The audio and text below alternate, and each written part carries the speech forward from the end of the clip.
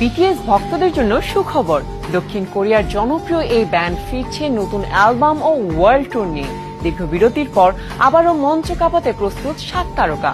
ব্যান্ডটির সদস্যদের সামরিক দায়িত্ব শেষ হওয়ার পর প্রথমবারের মতো লাইভ স্ট্রিমে এসে এই ঘোষণা দিল দলটি। জানা গেছে চলতি মাসেই যুক্তরাষ্ট্রে গিয়ে নতুন গানের কাজ শুরু করবেন তারা। বিটিএস ফিরছে। এতদিন ভক্তরা যে খবরের অপেক্ষায় ছিলেন, এসেছে সেই মুহূর্ত। প্রায় 3 বছর পর দক্ষিণ কোরিয়ার জনপ্রিয় ব্যান্ডটির 7 সদস্য একত্র হয়ে ঘোষণা দিলেন নতুন অ্যালবামের কাজ শুরু করছেন তারা। 2026 সালে গ্রীষ্মে মুক্তি পাবে বিটিএস এর সেই কাঙ্ক্ষিত অ্যালবাম। একই সময় সঙ্গীত সফর শুরু করবে এই জনপ্রিয় কে-পপ ব্যান্ড। সম্প্রতি ফ্যান প্ল্যাটফর্ম ওয়েভার্স লাইভে এসে এই ঘোষণা দেন বিটিএস এর সদস্যরা। লাইভটি দেখেছেন 70 লাখেরও বেশি ভক্ত।